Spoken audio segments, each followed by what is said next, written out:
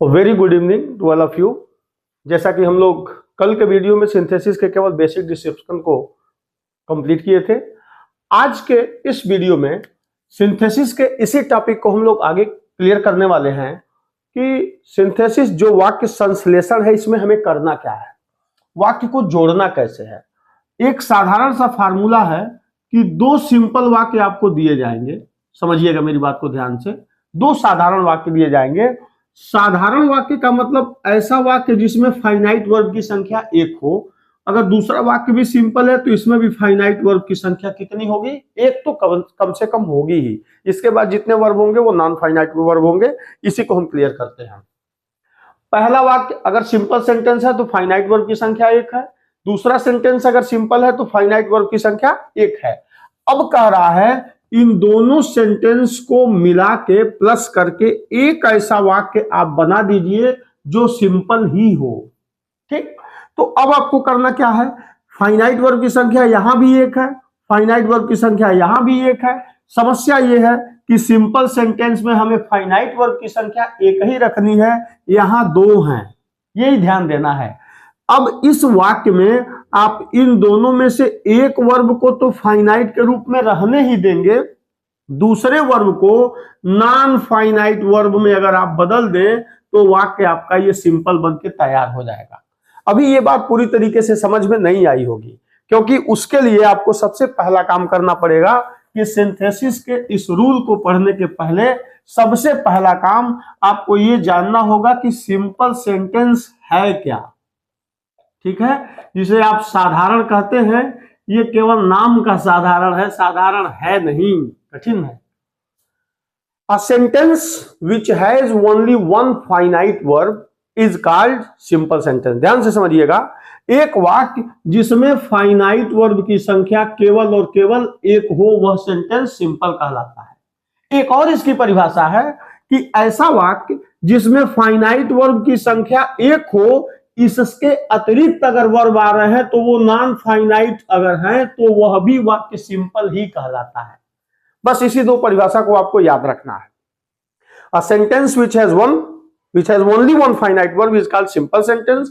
या एक ऐसा वाक्य जिसमें फाइनाइट के साथ साथ यदि उससे अधिक वर्ब की संख्या है गणना में, गिनती में, तो वो नॉन फाइनाइट वर्ब हैं, तो दिया हुआ वाक्य सिंपल कहलाएगा। ठीक है, अब ये बात समझ में आ गई होगी। लेकिन ये फाइनाइट वर्ब क्या है और नॉन फाइनाइट वर्ब क्या है, इसको कंफर्म कर लेने के बाद ये अपने आप में आसान हो जाएगा, एकदम समझ में आना शुरू हो जाएगा। चलिए, इसके पहले आप पहले ही एक वीडियो ऑलरेडी अपलोड है इसमें पार्ट्स ऑफ स्पीच से रिलेटेड वर्ब के बारे में।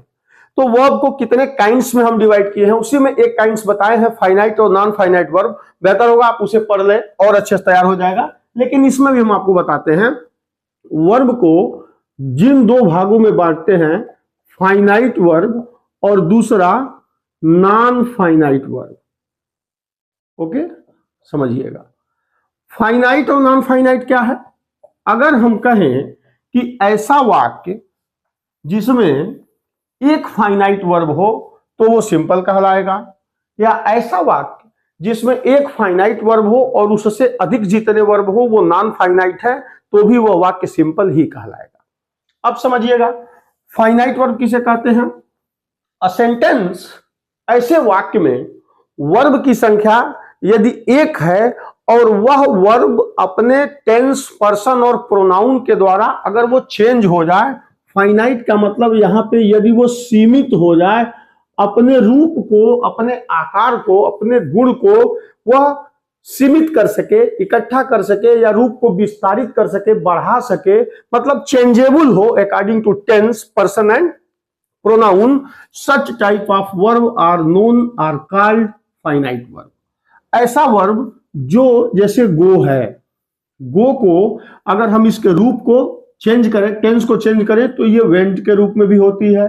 अगर इसके थर्ड फॉर्म के रूप में टेंस बदले तो गान भी होता है, गोइंग भी होता है, बहुत सारे वर्ब हैं। एक उदाहरण के तौर पे ये वर्ब अगर अपने टेंस में बदल रही है, अपने सब्जेक्ट, पर्सन, प्रोनाउन के बदलने पे बदल रही है, किसी भी रूप में अगर अपने रूप को परिवर्तित कर दे रही है, वो फाइनाइट वर्ब है। आसान भाषा में समझना है तो ऐसा वर्ब जिससे आप टेंस की पहचान कर पाए कि कौन सा टेंस है, वह फाइनाइट मान लीजिए। अब दूसरा कह रहा है लेकिन टेंस पर्सन और प्रोनाउन किसी के बदलने पे भी ये अपने रूप को फाइनाइट को असीमित, असीमित मतलब न सीमित, जो सीमित ना करे, जो अपने रूप को ना बदले, टेंस बदले ये नहीं बदलेगा, पर्सन बदले ये नहीं बदलेगा, प्रोनाउन बदले ये नहीं बदलेगा। यदि ऐसा कोई वर्ब आ जाए वह वर्ब कहलाती है नॉन फाइनाइट वर्ब। इसी को डीपीएस के नाम से भी कहते हैं, डबल पार्ट्स ऑफ स्पीच के नाम से कहते हैं। ये 3 प्रकार के होते हैं। कितने प्रकार के? 3 प्रकार के। पहला पार्टिसिपल, दूसरा इंफिनिटिव और तीसरा है जीरंड। ध्यान से देखिएगा, डीपीएस मतलब डबल पार्ट्स ऑफ स्पीच। कहने को तो ये 3 के तीनों वर्ब हैं। क्यों? क्योंकि हम नॉन फाइनाइट वर्ब पढ़ रहे हैं। नॉन फाइनाइट वर्ब क्या है? जो टेंस पर्सन प्रोनाउन के बदलने के बावजूद भी अपना रूप ना बदले। ठीक है, कितने प्रकार के? पार्टिसिपल, इंफिनिटिव और जीरंड। ये किसी भी सूरत में बदलेंगे नहीं। और ये डबल पार्ट्स ऑफ स्पीच क्यों कहलाते हैं?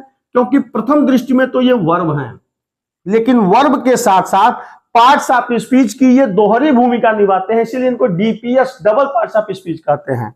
पार्टिसिपल वर्ब है, लेकिन वर्ब के साथ ही साथ यह एडजेक्टिव का भी काम करता है, आने वाले नाउन या प्रोनाउन की विशेषता बताता है।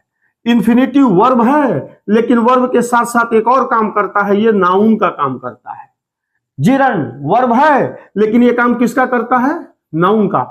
मतलब पार्टिसिपल, इंफिनिटिव और जीरंड ये तीनों डीपीएस की भूमिका में एडजेक्टिव, नाउन, नाउन के साथ साथ वर्ब की भी भूमिका निभाते हैं, इसलिए हम इन्हें डबल पार्ट्स ऑफ स्पीच कहते हैं, डीपीएस कहते हैं। प्रश्न वही खड़ा है कि फाइनाइट क्या है और नॉन फाइनाइट क्या है।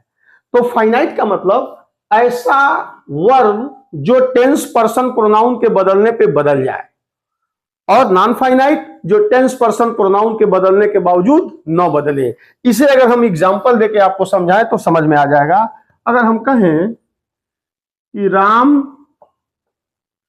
लाइक्स टू ईट मैंगो, एक एग्जांपल ले लीजिए, राम लाइक्स टू ईट। बेटा ध्यान से देखेंगे तो यहां लाइक्स एक वर्ब है और ईट के पहले टू लग गया है, ये भी एक वर्ब है, संज्ञा के गणना के रूप में आप देखिएगा। लाइक्स पहला वर्ब और दूसरा टू ईट। इस तरीके का बहुत वाक्य आप क्लास 6 से ही देखते चले आ रहे हैं, लेकिन जैसे आपको सर ने आपको बताया था, पढ़ाया था कि ये असर्टिव सेंटेंस है, उसी समय आपके संज्ञान में, दिमाग में अगर ये बात डाल दी गई होती कि ये सिंपल असर्टिव सेंटेंस तो है, लेकिन ये सिंपल भी है क्योंकि फाइनाइट वर्ब की संख्या इसमें 1 है, और दूसरा जो ये वर्ब आ रहा है बेटा नॉन एनी को लेके, ये इंफिनिटिव है, इसलिए अगर वर्ब की गणना होगी तो फाइनाइट की संख्या 1 है। यह सेंटेंस सिंपल सेंटेंस है। ध्यान से देखिएगा फाइनाइट कैसे है। कह रहा है कि फाइनाइट वो वर्ब होती है जो टेंस बदलिए, पर्सन बदलिए, प्रोनाउन बदलिए और ये अपने रूप को बदल दे, सीमित हो जाए, सीमित में छोटा हो जाए या बड़ा हो जाए, चेंजेबल। अब राम लाइक्स प्रेजेंट इंडेफिनिट है, हम इसे पास्ट इंडेफिनिट में ले चलते हैं एग्जांपल के तौर पे। तो राम लाइक्ड होगा कि नहीं होगा, लेकिन टू इट बदलेगा? नहीं बदलेगा। अब ध्यान से समझिएगा, ये वर्ब लाइक्स, ये रूप लाइक्ड में चेंज हो गई। क्यों? क्योंकि हमने यहां पे टेंस बदल दिया। ये प्रेजेंट इंडेफिनिट था, हमने इसे पास्ट इंडेफिनिट बदला। तो पहला वर्ब जिसने अपना रूप बदल दिया यही ना फाइनाइट कहलाएगी जी। क्योंकि फाइनाइट कौन सा वर्ब है कि वह ऐसा वर्ब है जो अपने टेंस पर्सन प्रोनाउन में से किसी एक को बदलेंगे तो उसका रूप बदल जाएगा, लेकिन किसी के भी बदलने से जिस वर्ब का रूप नहीं बदलेगा वो क्या कहलाएगी? Non finite. एक और एग्जांपल देखिए, इसी को मैं कन्वर्ट कर रहा हूं। राम की जगह अगर मैं कह दूं आई, प्रोनाउन के रूप में आएगा, तो यहां लाइक्स जो है लाइक हो जाएगा।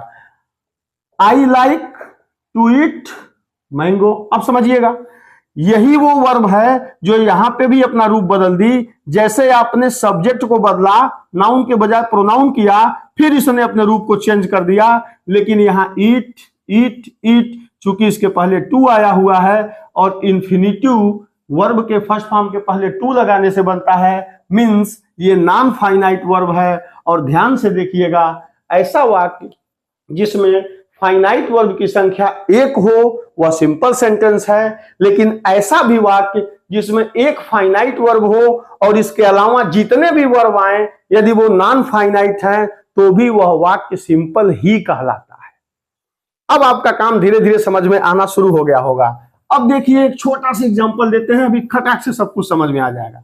अब कह क्या रहा है, कह रहा है कि पहला वाक्य आपके सामने यहां रख दिया, यहां दूसरा एक वाक्य यहां रख दिया। चूंकि पहला वाक्य अगर असर्टिव है और दूसरा वाक्य असर्टिव है या सिंपल है तो फाइनाइट वर्ब की संख्या इसमें कितनी होगी, एक होगी। यहां पे फाइनाइट वर्ब की संख्या कितनी होगी, एक होगी। अब कह रहा है दोनों को मिला के एक सिंपल बनाइए, दोनों वाक्य को मिलाइए और क्या बनाना है, सिंपल। कैसे बनाना है, फाइनाइट यहां दो है, रखना कितना है, एक है। तो एक फाइनाइट को हम देखेंगे कि किसे फाइनाइट में, यही सीखना है अभी हमें, अभी तो फार्मूला समझा रहे हैं। इन दोनों फाइनाइट में से हम किसे फाइनाइट रखें और जो दूसरा बच रहा है इस पार्टिसिपल में से, इंफिनिटिव में से, जिरंड में से, किसी में से नॉन फाइनाइट के रूप में अगर हम इसे बदल दे तो हमारा काम हो जाएगा, वाक्य सिंपल हो जाएगा। अब इस क्रम में जो सबसे महत्वपूर्ण चीज है, इसके अलावा अभी तो पार्टिसिपल, इंफिनिटिव, जिरंड आपको सब समझाना है, लेकिन सिंपल बनाने का जो रूल है बेटा आप ध्यान से देखिएगा।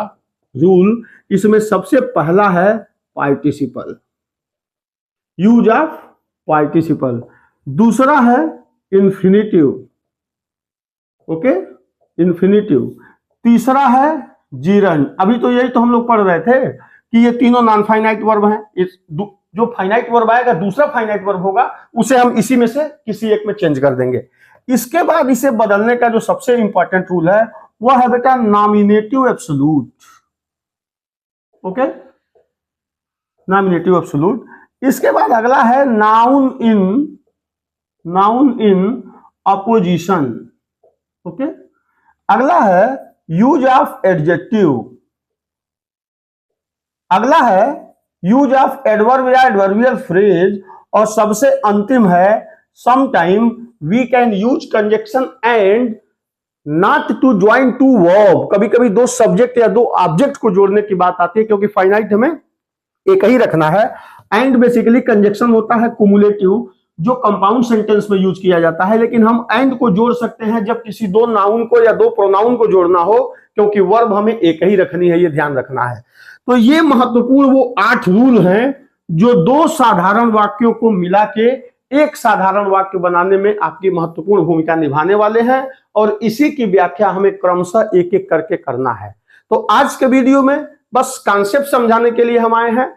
अब इसको समझाना और इसको किस तरीके से वाक्य, दो सेंटेंस के बीच में इसका इंप्लीमेंट करके वाक्य को जोड़ना कैसे होगा, ये सीखने के लिए हम अगले वीडियो में मिलेंगे। बहुत बहुत धन्यवाद।